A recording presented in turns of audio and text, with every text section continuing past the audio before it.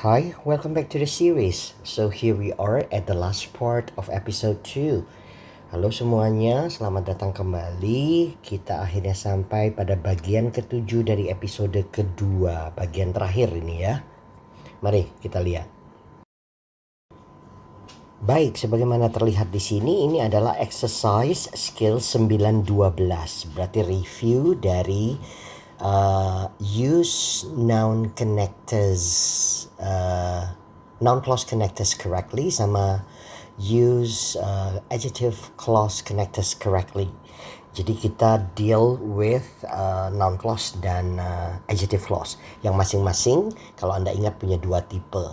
Ya, tipe di mana konektor dan subjeknya merupakan dua kata terpisah, dan tipe di mana konektor berfungsi sekaligus sebagai subjek. Mari kita mulai. Nomor 1, no one explained to me whether was coming or not. No one is the subject. Kemudian explain ini adalah verb. Dan kemudian kalau Anda ingat, whether ini adalah konektor dari noun clause. Mari kita lihat.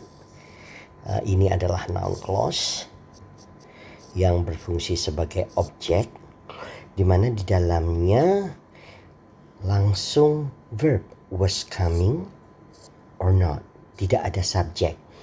Dan seperti yang Anda ingat, sepertinya whether tidak bisa berfungsi sekaligus sebagai subjek di dalam noun clause.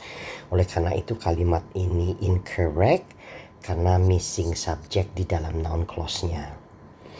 Yang kedua, the part of the structure that has already been built needs to be torn down. Parts of the, ini adalah subjeknya. Ini adalah adjective clause nih. Mulai that has been built, sampai di sini, okay, that has been built. Ini adalah adjective clause yang menerangkan the structure atau part of the structure ya.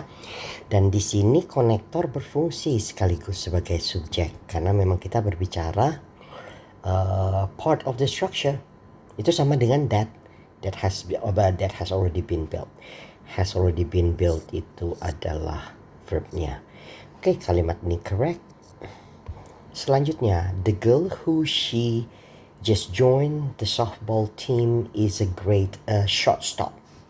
The girl itu adalah subjek, dan kemudian di sini ada who yang merupakan konektor dari adjective clause. Kalau Anda ingat di skill nomor 12, ketika kita menggunakan konektor who, kita tidak boleh memiliki subjek lagi. Oleh karena itu di sini konektor dan di sini subjek itu salah karena konektor di sini yaitu who itu berfungsi sekaligus sebagai subjek. Kalimat ini incorrect karena double subject di dalam adjective clause-nya. Selanjutnya nomor 4, I have no idea about when the meeting is supposed to start. I subject, have itu verb, dan kemudian di sini ada preposisi, dan preposisi biasanya memiliki objek. Nah, objeknya ini adalah noun clause. Ya, lagi-lagi konektornya adalah when, dan kemudian subjeknya adalah the meeting, and then is supposed itu adalah verbnya. Dan di sini lagi-lagi when tidak bisa berfungsi sekaligus sebagai subjek. Oleh karena itu memang kita memerlukan subjek terpisah yaitu the meeting. Kalimat ini correct. Nomor 5, we have been told that we can leave whenever we want. Subjeknya adalah we, subjek yang utama ya. Have been told itu adalah verb. Nah, ini that we can leave whenever we want, ini adalah dua clause yang berbeda sih. Whenever want ya. Ini adalah dua clause yang berbeda. Ini adalah noun clause sebagai objek. Dan saya cenderung mengatakan bahwa whenever want ini adalah adjective clause. Adverb clause. Di dalam adverb clause kita tidak mengenal kita tidak mengenal rumusan di mana konektor berfungsi sekaligus sebagai subjek. Oleh karena itu, want di sini sebagai verb itu belum memiliki subjek. Oleh karena itu di sini missing subject. Oke, kalimat ini incorrect karena missing subject di dalam adverb clause-nya. Incorrect. Nomor 6. The racket with whom I was playing was too big and too heavy for me. Lagi-lagi soal TOEFL itu memang kadang-kadang menguji awareness kita ketika kita membacanya.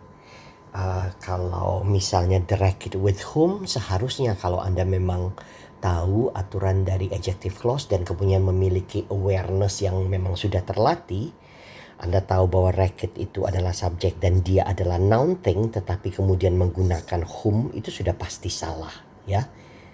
Ya, ini with whom, tapi tidak ada apa-apa. Sampai di sini, with whom I was playing.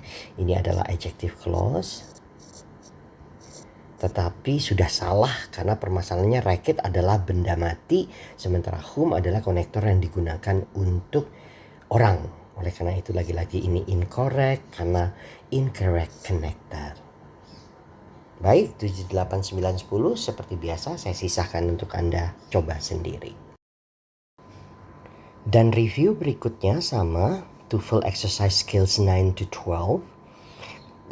Sama, ini review noun clause dan adjective clause tetapi dalam bentuk multiple choice, sama seperti soal TOEFL ITP yang sesungguhnya akan seperti ini.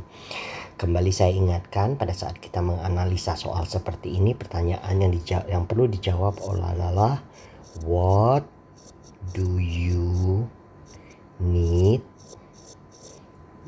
to complete the sentence correctly.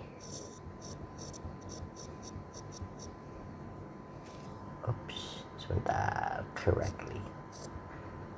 Ini adalah pertanyaan yang harus menjadi guide-nya kita pada saat menjawab soal-soal seperti ini, ya.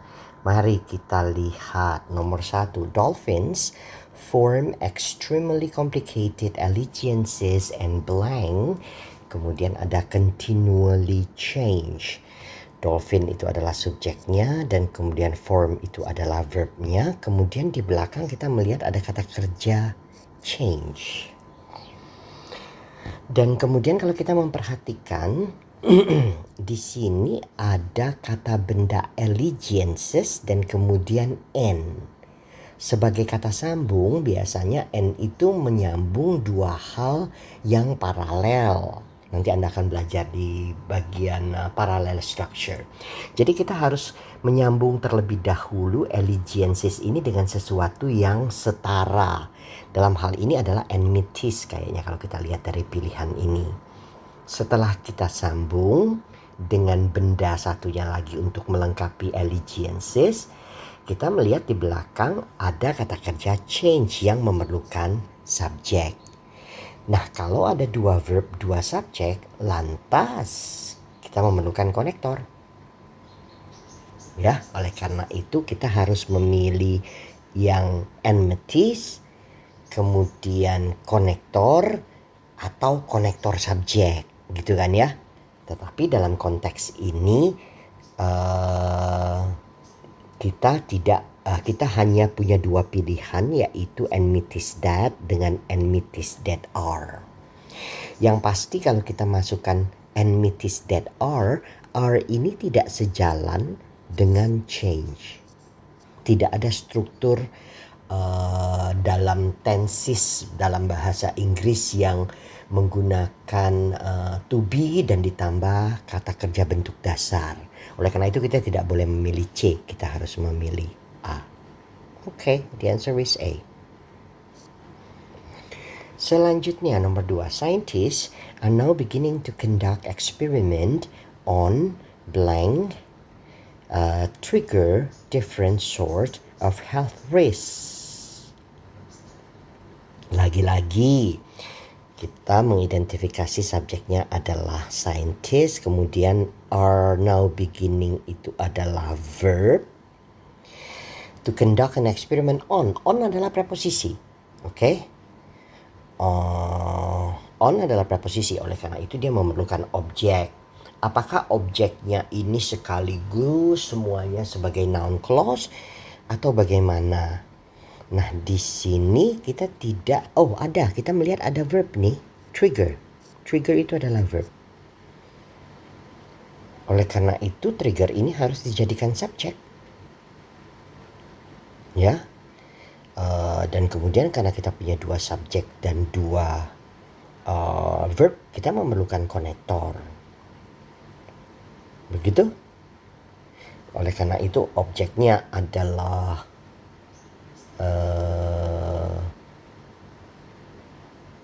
adjective. Oh bukan, ini noun clause ini berarti. On diikutin oleh noun clause sebagai objek. Oleh karena itu kita memilihnya harus ada konektornya ya. Yang punya konektor tetapi 3 ini. 1, 2, 3. Yang ini tidak punya konektor, kita coret kemungkinannya. Dan kemudian that kok kayaknya secara makna juga tidak tepat. Oleh karena itu that-nya juga kita coret. Nah sekarang beda antara how noise pollution trigger sama how noise pollution can trigger.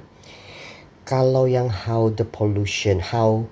noise pollution trigger itu tidak cocok. Berarti tidak ada agreement. Karena pollution itu adalah uncountable, seharusnya triggernya menjadi triggers. Oleh karena itu kita harus memilih yang D. Selanjutnya nomor 3. The Apollo 11 astronauts blank of the Earth's inhabitants witnessed of the Earth's inhabitants witnessed on the famous first moonwalk on July the 20th, 1969 were Neil Armstrong and Buzz Aldrin. Kita butuh apa ini ya kalimat ini supaya lengkap. Tapi sebelumnya kita analisa dulu. Berarti sebenarnya kalimat ini aslinya adalah the Apollo 11 astronauts were Neil Armstrong and Buzz Aldrin. Ini kalimat utamanya sudah, main clause-nya. Sementara yang di tengah ini adalah selipan yang menerangkan the Apollo 11 astronauts si Neil Armstrong dan Buzz Aldrin ini. Oleh karena itu ini adalah adjective clause. Ini adalah adjective clause ya. Kita perlu konektor yang pasti. Ya, kita perlu konektor, berarti yang ini kita coret. Dan kemudian di sini ada kata kerja witness. Oleh karena itu kita hanya perlu yang menggunakan subjek ya. Ini ada kata kerja lagi, kita coret. Tetapi kalau kita pilih yang A, whom of, itu tidak ada. Oleh karena itu kita harus memilih whom millions of the Earth's inhabitants. Jawabannya adalah B. Nomor 4. At the end of the century, Alfred Binet developed a task for measuring intelligence. Ya, itu Alfred Binet ini adalah subjeknya, develop ini adalah verbnya, dan kemudian di belakang ini ada kata kerja lagi, serve, verb ini verb. Oleh karena itu verbnya ini harus dicarikan subjek, dan dengan demikian kita juga membutuhkan konektor. Oleh karena itu yang pakai konektor itu cuma which has. Inilah jawabannya. Nomor 5, kita geser ke atas sedikit. Okay. Blank have at least 4 hours of hazardous materials response training is mandated by federal law. Is mandated itu adalah verb.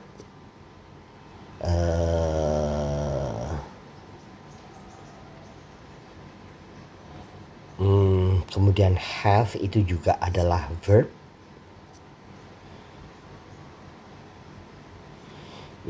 Jadi kita butuh apa ini?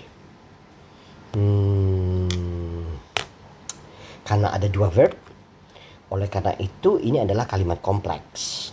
Oleh karena itu kita membutuhkan konektor yang pasti. ngabal aja sih sebenarnya dari situ, dari kemampuan kita mengidentifikasi bahwa have adalah verb dan is mandated adalah verb, kita bisa mendapatkan jawaban ini nomor 5. Oh, ini butuh konektor. Dan ternyata di dalam pilihan yang mempunyai konektor itu hanya C. Dan memang betul jawabannya adalah C. That all police officers have at least 4 hours of hazardous material response training is mandated by federal law. Kalau Anda ingat, ini adalah struktur noun clause sebagai subjek. Jadi mulai dari awal sampai training itu adalah noun clause sebagai subjek. Baik, satu lagi nomor 6. A cloud's reservoir of negative charge extends upward from the altitude at blank the freezing point. Ini reservoirnya, ini adalah subjek, clouds reservoir. Dan kemudian extends itu adalah verbnya. Kemudian ada at, ya. At itu preposisi, oleh karena itu di belakang ini kayaknya noun clause ini, ya, noun clause. Dengan demikian kita harus memilih yang punya konektor. Oke, berarti yang dua ini A dan B tidak boleh dipilih karena tidak menggunakan konektor. Nah, sementara pilihan C dan D kita lihat lagi, berarti setelah at-nya adalah which, at which, dan kemudian subjeknya apa? Subjeknya adalah temperatures dan verbnya adalah heat. Oleh karena itu yang benar adalah C. Jadi kita tidak bisa mengatakan subjeknya adalah heat, atau misalnya oh ini tipe yang ke noun clause yang konektor berfungsi sekaligus sebagai subjek. Tetapi di sini tidak demikian, karena permasalahan heat temperature itu berarti meaningless, tidak punya arti dia. Baik, jawabannya C. Lagi-lagi saya akan menyisakan nomor 7, 8, 9, 10 buat Anda coba sendiri. Kita akan lanjutkan ke review TOEFL exercise 112. Review skill 1 sampai skill 12 selanjutnya sebagai bagian terakhir. Baik, sekarang kita sampai pada bagian terakhir dari episode 2. Ini benar-benar terakhir dari episode 2. Dan dia juga bagian terakhir dari episode 2 part 7 ya. Anda lihat judulnya adalah TOEFL Review Exercise Skills 1 to 12. Ya, 1 sampai 12 ini sudah direview. Anda ingat 1 sampai 5 sentences with one clause, kalimat-kalimat sederhana dengan prepositional phrases, appositive phrases, present participle, past participle. Kemudian sentences with multiple clauses, mulai dari coordinate connectors yang digunakan untuk menyambung dua kalimat independen. Kemudian berikutnya secara berturut-turut kita baru saja membahas adverb clause connectors, noun clause connectors, dan adjective clause connectors. Oke, mari kita coba saja deh langsung. Blank loom high above the north and northeastern boundaries of the expanding city of Tucson. Loom adalah kata kerja. Dan saya tidak melihat ada subjek lain, kata kerja lain di dalam kalimat. Oleh karena itu kalimat ini sebenarnya adalah kalimat sederhana. Kita hanya perlu mencari subjek untuk loom. Dari pilihan yang benar-benar subjek itu hanya satu kan, yaitu A. Oleh karena itu ya pilihan kita harus A. Nomor 2. Radioactive blank provides a powerful way to measure geologic time. Radioaktifnya adalah subjek, verbnya adalah provides. Kalimat ini sebenarnya sudah punya satu subjek dan satu verb. Tapi seolah-olah tuh ada makna yang belum lengkap dari subjek ini, sehingga perlu ditambahkan supaya secara makna dia komplit. Tetapi yang pasti kita tidak boleh menambahkan subjek atau verb lagi. Nah, pilihan yang bukan subjek dan verb itu hanya satu, yaitu dating. Ya, Oke, C. Nomor 3. Ada blank contained in the chromosomes, comma, and they are thought of as the units of heredity. Contain ini adalah verb. Kemudian kita melihat di sini ada koma dan setelah itu ada n. Itu mengingatkan kita pada skill nomor 6. Syarat penggunaan coordinate connectors adalah didahului dengan koma. Setelah itu ada they, subject, dan kemudian are thought adalah verb. Oke, konektor, subject verb sesudah koma, dan kemudian di depan baru ada verb. Belum ada subjek. Oleh karena itu kita harus mencari yang subjek saja. Kalau dari pilihan yang subjek saja atau subjek dan tidak mengandung konektor dan yang lain-lain itu hanya B. Dan memang ternyata B yang benar. Memang struktur yang dipakai adalah pasif. Are contained itu adalah pasif. Baik, nomor 4. The benefit blank of the study is that it provides necessary information to anyone who needs it. Wah, ini agak panjang. Benefit adalah subjek, kemudian sudah ada verb is, kemudian ada konektor that, ada subjek it, ada verb provides, kemudian ada konektor lagi who yang berfungsi sekaligus subjek, dan kemudian ada verb needs. Wah, panjang sekali ini. Tapi pada dasarnya sebenarnya sudah lengkap. Cuman maksudnya yaitu tadi karena ada the benefit blank the study, kok kayaknya ini yang akan menjadi subjek. Kita harus hati-hati, kita tidak boleh menambahkan sesuatu yang mengacaukan struktur yang sudah benar ini. Oleh karena itu kita hanya boleh menambahkan preposisi, yaitu misalnya di sini dalam hal ini di pilihan adalah of. Lanjut, the same symptoms that occur blank, kemudian occur with cocaine. Ini same symptom, ini adalah subjeknya. Sebenarnya kalimatnya adalah the same symptoms occur with cocaine. Sudah lengkap ini sebenarnya kalimat ini. Cuman di tengah sini diselipkanlah adjective clause yang menerangkan the same symptom ini gitu ya. Sudah ada konektor yang berfungsi sebagai subjek juga dan kemudian ada verb.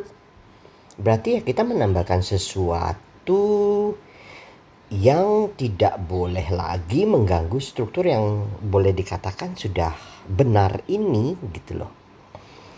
Kalau kita lihat di bawah, occur itu diikuti oleh with. Oleh karena itu di atas ini juga saya akan memilih sesuatu yang sama juga dengan with. Ya. Jadi oleh karena itu that occur with, objeknya adalah amphetamine.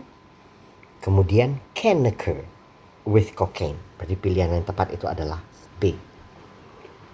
Oke. Lanjut nomor 6. Many companies across the country have molded the concept blank described into an integrated strategy for preventing stress. Many companies, ini adalah subjeknya, have molded itu adalah verbnya, the concept adalah objeknya, kemudian ini ada kata describe yang merupakan verb lagi. Oleh karena itu ini kalimat majemuk dan describe ini harus dicarikan subjeknya. Apakah subjeknya itu berupa konektor yang berfungsi sekaligus subjek atau konektor dan subjek terpisah. Mari kita lihat. Sepertinya yang ini tidak boleh kita pilih karena N. Ada N itu berarti harus ada koma sebelumnya. So juga harus ada koma sebelumnya. Jadi hanya antara that Wolf describes into an integrated strategy for preventing stress atau what describes into an integrated strategy for preventing stress.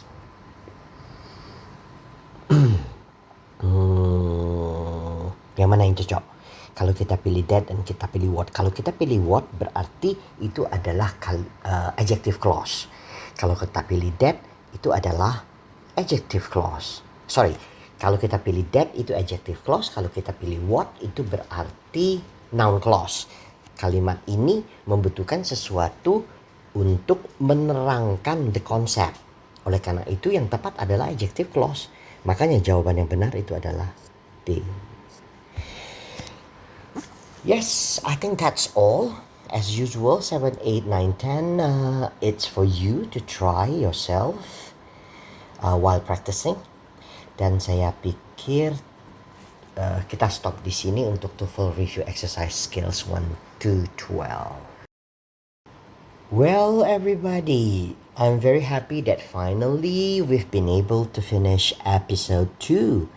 Saya senang sekali akhirnya kita bisa menyelesaikan episode 2. Walaupun it takes us 7 videos ya. Walaupun memakan 7 video untuk menyelesaikan episode kedua ini.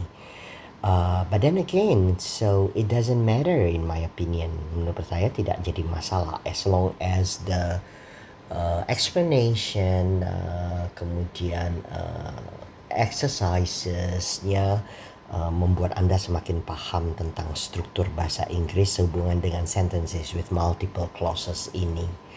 Okay, I'll stop here and then I will be back definitely with the next episode, which is episode 3. Okay, enjoy and then have a good time.